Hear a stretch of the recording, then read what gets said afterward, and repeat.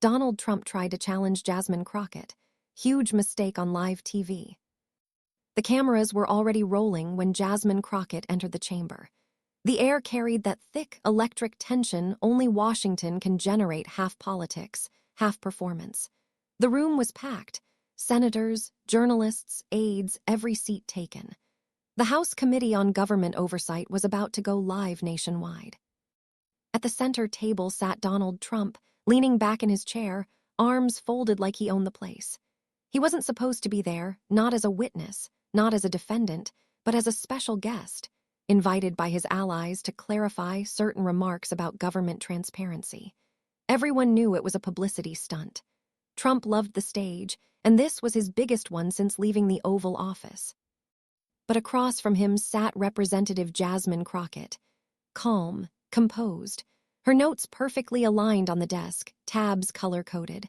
For her, this wasn't a performance. It was about accountability and truth. The chairman banged the gavel once. Today's hearing will address the recent comments made regarding executive immunity and responsibility. Trump adjusted his mic and smiled. I think it's going to be great. Tremendous transparency, folks. A few reporters chuckled under their breath. Jasmine didn't. Her gaze never wavered. The first half hour was routine. Procedural motions, roll calls, predictable opening statements. Then came the questioning round, and Trump requested to speak freely. He leaned in confident, familiar rhythm of his rallies in his tone. You know, I've done more for government honesty than anyone else. Nobody has been more transparent. They come after me because they know I tell the truth, the real truth. Jasmine finally looked up. With respect, Mr. Trump, she said, truth isn't a performance. The room paused, the kind of pause that even the air feels heavier in. Trump's smile faltered slightly. Excuse me. Truth, she repeated calmly, isn't something you brand, it's something you prove. Her tone was even, unshaken. It wasn't loud, but the quiet authority behind it was louder than any shout.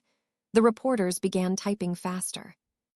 10 minutes later, she requested permission to show a document.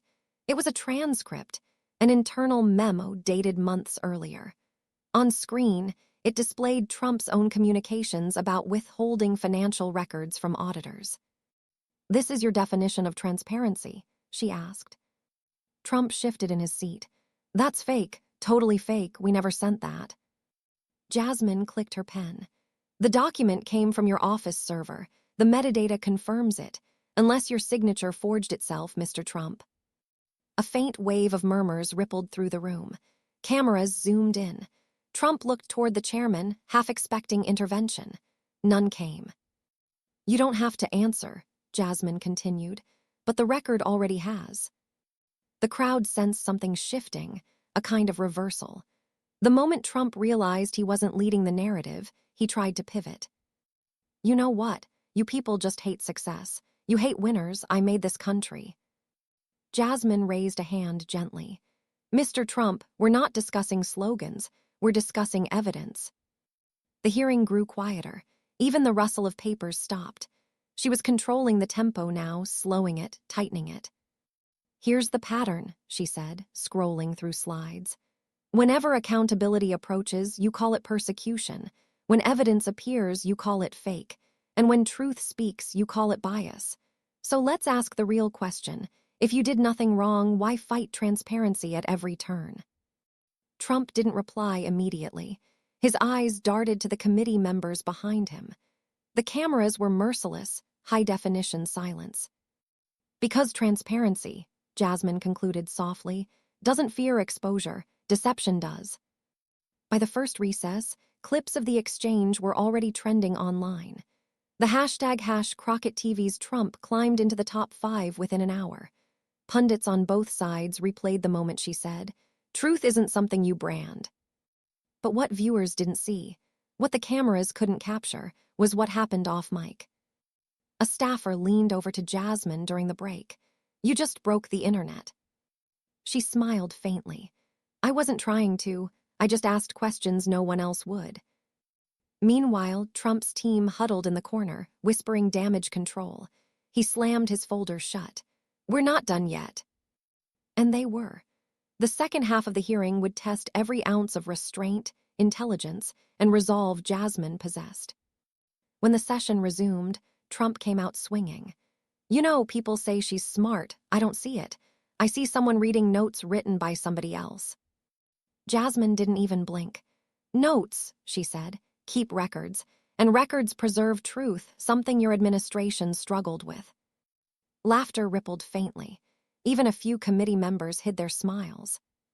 Trump tried to overpower the rhythm, speaking over her. "You're rude, totally disrespectful. I've dealt with tougher people." She leaned slightly forward. "Then you should have been prepared." From that moment, the momentum shifted completely. Every question she asked was a chess move, precise, strategic. She referenced case law, former statements, even quotes from Trump's own speeches. Her tone never rose, but her words sliced through rehearsed bravado like steel. At one point, she held up a folder. "Inside this are 23 requests for public disclosure your team ignored. 23. Each one a chance for honesty, each one declined. Tell me, Mr. Trump, what does transparency mean to you?" Trump hesitated. For the first time that afternoon, he didn't have a slogan ready.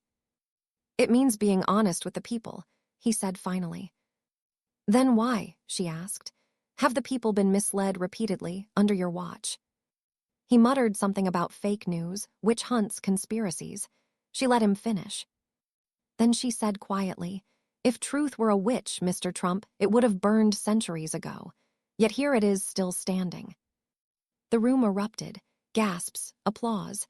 Even the chairman couldn't mask a smirk. Trump sat frozen. Cameras captured every flicker of disbelief. Outside the chamber, analysts replayed the clip frame by frame. Commentators called it the calmest demolition in political history. News headlines flooded social media. Crockett silences Trump in under 5 minutes. Transparency hearing turns into masterclass. The day truth spoke without yelling. But Jasmine didn't celebrate. When reporters asked how she felt, she simply said, "I felt prepared, that's all." Because what no one understood yet, not the audience, not the pundits, not even Trump's own advisors, was that she wasn't done. The real revelation was still waiting. A file that no one knew existed. A name hidden deep, inside one of those 23 ignored requests. A connection that would flip the narrative entirely. And when she revealed it, it wouldn't just challenge Trump's credibility. It would rewrite part of his legacy. The next morning, Washington woke up divided, half in awe, half in denial. News anchors played the clip of Crockett's takedown on loop, dissecting every syllable. But inside the Capitol, silence ruled. When the committee reconvened for the final round, Trump entered through the side door, jaw tight, his entourage thinner than usual. Gone was the confident smirk. His team knew something had changed. Jasmine's composure had shifted the entire narrative, and now every word he spoke would echo louder than he intended. The gavel struck. The chairman cleared his throat. "Representative Crockett, you may continue your questioning." She stood. No theatrics, no hesitation, only purpose. "Thank you, Mr. Chairman. I'd like to revisit one of yesterday's transparency requests. Request number 14. Trump frowned. "We went over those." "We reviewed them," she corrected, "but we didn't address them." The projector lit up again. A document filled the screen. It wasn't one the press had seen before. A single name glowed near the top, Eleanor Briggs, senior advisor. Jasmine's voice was calm. "Mr. Trump, do you recognize this signature?" Trump hesitated. "Never seen it." "Interesting," she said, "because it's attached to an internal memo, signed under your directive, instructing that certain donor disclosures be delayed until after the election cycle." A few senators exchanged uneasy glances. Trump's lawyer leaned in, whispering urgently. Trump waved him off. "That's normal procedure," he said. "Everybody delays things, it's politics." Jasmine stepped closer to the mic. "It's not politics when it violates federal transparency law." The air thickened. Viewers across the country leaned closer to their screens. She tapped her notes. According to this memo, your office withheld at least 9 disclosure reports, including one connected to a foreign infrastructure company later awarded a federal contract. Do you recall approving that? Trump leaned back. I approve a lot of things. I don't micromanage paperwork. Except this one, Jasmine said, zooming in on a second line. Approved by DJT, your initials. Trump blinked. For once, he didn't have a comeback ready. The cameras caught every detail, the sweat at his temple, the tightening of his lips, the whispered panic behind him. Crockett continued. You see, the public keeps being told that you're the victim of witch hunts. But if this is the witchcraft in question, emails, signatures, data trails, then perhaps the real curse is believing accountability can be outrun. Trump shifted uncomfortably. You people are obsessed with me. It's sad. Truth, she said softly, doesn't stalk, it follows. For a moment, the hearing felt frozen in time, a living photograph. Then Jasmine pulled out another document. This one wasn't about donors. It was about something deeper, a missing communication chain between 2 departments during his final months in office. I'd like to enter into record an additional file, correspondence between the Office of Ethics and your communications director. It includes unredacted messages. Trump's lawyer immediately objected. Those are confidential internal communications. The law allows their inclusion when relevant to matters of public interest, Jasmine replied. The chairman nodded. Objection overruled. The screens flickered, and then came the reveal. The messages weren't about donors, or contracts, or campaigns. They were about silencing a whistleblower. The room went quiet, not just quiet, hollow. Trump squinted at the screen as if disbelief alone could erase it. But there it was, a message thread, marked urgent. Find out who leaked the internal audit. We'll handle it privately. Don't let Crockett get wind of it. Jasmine let it sit there, unmoving. Then she said, You didn't just avoid transparency, you targeted it. The words landed like steel. Trump muttered something under his breath, an insult maybe, or just static noise.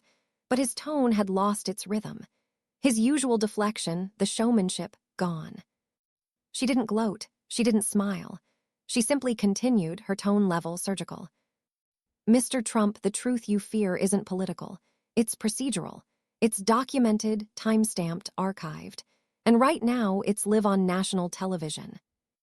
Outside the chamber, hashtags evolved into movements. Crockett exposed the truth. Accountability is patriotism. Within hours, law professors were calling her interrogation, a masterclass in controlled demolition. But she didn't look at social media.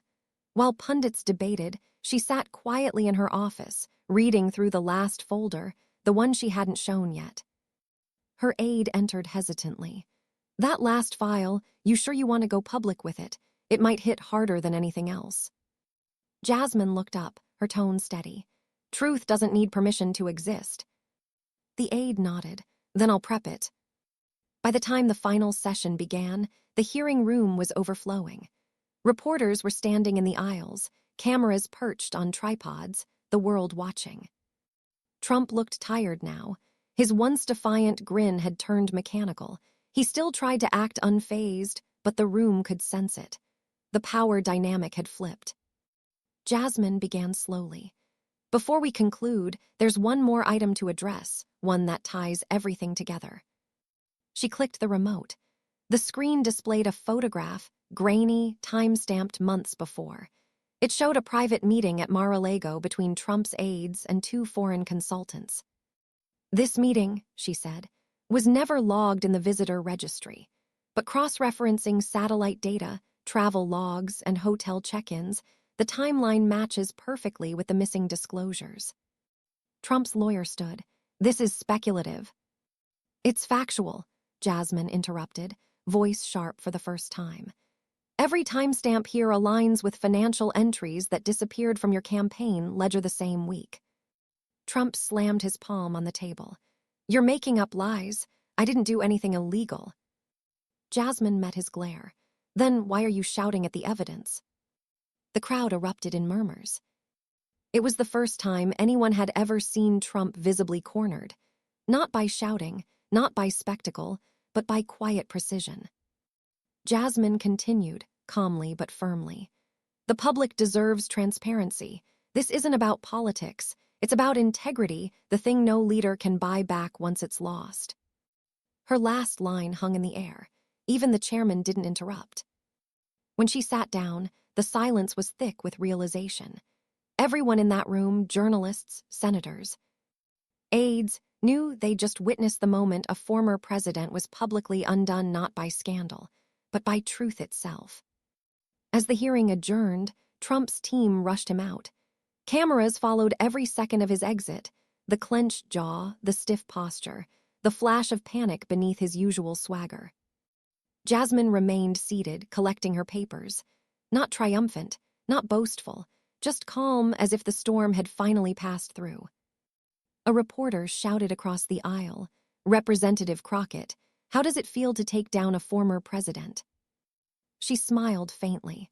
"I didn't take down anyone, I just lifted up the truth." That night, her speech trended across every platform. Commentators called it the most composed congressional dismantling in modern history. Memes flooded Twitter, news panels replayed her quotes, and late-night hosts compared her poise to a legal metronome. But she ignored all of it. She wasn't after viral moments. She was after justice.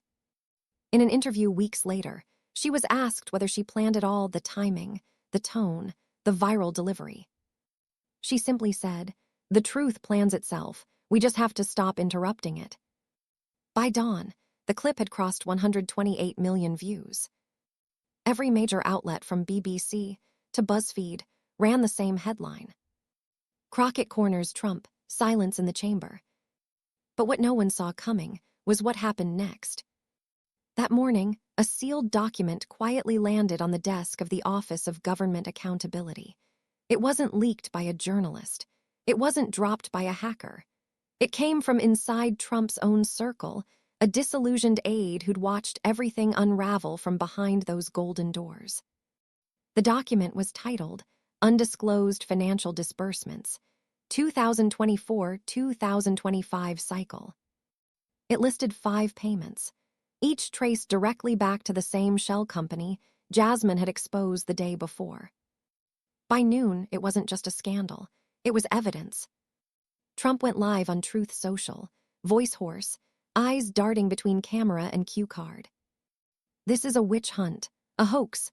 That woman Crockett, she's got fake files, fake people, fake everything." But the more he shouted, the more the silence around him grew. Republican colleagues who once rushed to defend him suddenly paused. Donors backed out of public appearances. Even his PR team issued a statement that sounded more like distance than defense. Meanwhile, Jasmine Crockett sat quietly in her Houston office, watching the storm she hadn't meant to create. Her chief of staff entered. "Ma'am, DOJ's requesting a full transcript of yesterday's session." She looked up from her notes. "Send it, and tell them to include every file, no redactions." The aide hesitated. "You sure? Once it's official record, it's permanent." Jasmine nodded. Truth doesn't fade with time, lies do. By Friday, it became official. The Department of Justice had opened a special inquiry into campaign ethics violations tied to the former president. And for the first time in years, cable networks didn't cut to commercial when Trump started speaking. They fact-checked him live. Meanwhile, a single clip dominated TikTok. Crockett saying, "Then why are you shouting at the evidence?" It was remixed with every genre: dramatic violins, slow zooms, rap beats, even ASMR-style breakdowns. "Why are you shouting" hit 2.7 billion views in 3 days. Someone printed the quote on protest signs. Another put it on T-shirts. A high school in Atlanta even played it during their morning announcements. But while the internet turned her line into legend, Crockett avoided interviews, refused late-night appearances, and skipped talk shows. When asked why, she said only, "The moment you celebrate truth like it's entertainment, it starts to feel like a performance. And this was never a performance." Then came the unexpected twist. A week later, Trump's lawyer, the same man who'd objected to every document Crockett introduced, requested a private meeting with her. At first, she refused, but then came the message. It's not about politics, it's about protection. Curious, she agreed under watch behind closed doors. The lawyer slid a manila envelope across the table. Inside were 2 items, a resignation letter and a copy of the same memo she had shown in court, but this version had something extra. At the bottom, under approved by DJT, was a second signature. His. Trump had forged his own initials to avoid traceability. The handwriting expert's verification was included. The lawyer sighed. He wanted to prove he was untouchable. I'm done defending that. Jasmine stared at the paper, silent for a long time. Why bring this to me? Because you won't bury it, he said. You'll use it right. That evening, she didn't post it. She didn't leak it. She filed it legally, properly, straight to the committee's permanent record. By the next morning, it was public, the final blow. Trump's own lawyer had confirmed his deception. Cable news exploded. Even Fox ran the headline. Former President's Counsel confirms forgery in congressional records. And just like that, the empire of denial collapsed. 48 hours later, Trump canceled every appearance. His social media accounts went dark. His legal team fractured. And for the first time since 2016, his name stopped trending, not because he was silenced, but because people had finally stopped listening. But Jasmine didn't celebrate. When a reporter caught her leaving the Capitol and asked, "Do you think this ends his career?" She paused. "It's not about ending careers," she said softly. "It's about ending the culture that protects corruption." The clip went viral, of course, but not because of shock value. Because it sounded final. The global rip. Within a week, new congressional candidates cited her hearing as their turning point. Law students in D.C. studied her questioning as a case in controlled rhetorical power. And one quiet Friday evening, President Harris called her personally. "Congresswoman," the voice on the other end said, "you reminded America that truth still works. That's rarer than gold right now." Crockett thanked her and went back to work. 3 weeks later, the final twist. It wasn't until weeks later that the real twist surfaced. A journalist from The Guardian uncovered an unfiled note in Trump's archive, handwritten during the hearing itself.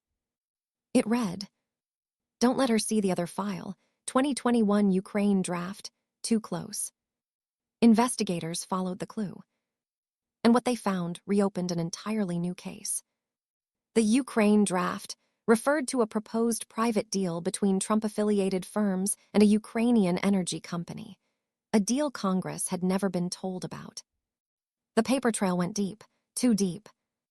When the findings went public, one line from Jasmine's speech resurfaced everywhere. "The truth you fear isn't political, it's procedural." People started calling it the Crockett Doctrine.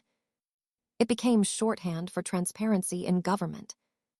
Even opposition lawmakers quoted it, grudgingly at first, then with respect. 1 month later, CODA. The hearing room that once echoed with Trump's anger was empty now. Crockett stood in the back row one evening, looking at the empty chair he'd sat in. Her aide asked, "You ever think about how big that moment got?" She smiled faintly. "Moments don't get big, people just start noticing what's real." He nodded. "So what's next?" She looked toward the dais, where she'd once asked her final question. "Next," she said, "we start teaching the next generation how to ask better ones." Final montage, viral aftermath. Movie camera Crockett Doctrine trends worldwide. Movie camera law schools add the Crockett hearing to ethics syllabi. Movie camera, Trump's former aides testify before grand juries. Movie camera, Jasmine receives a bipartisan ethics award she doesn't attend. Movie camera, one protest sign in D.C. simply reads, "Why are you shouting at the evidence?" The story didn't end with applause. It ended with awareness. And in a nation that had grown addicted to outrage, Jasmine Crockett gave people something rarer: accountability. The truth doesn't chase headlines, it outlives them.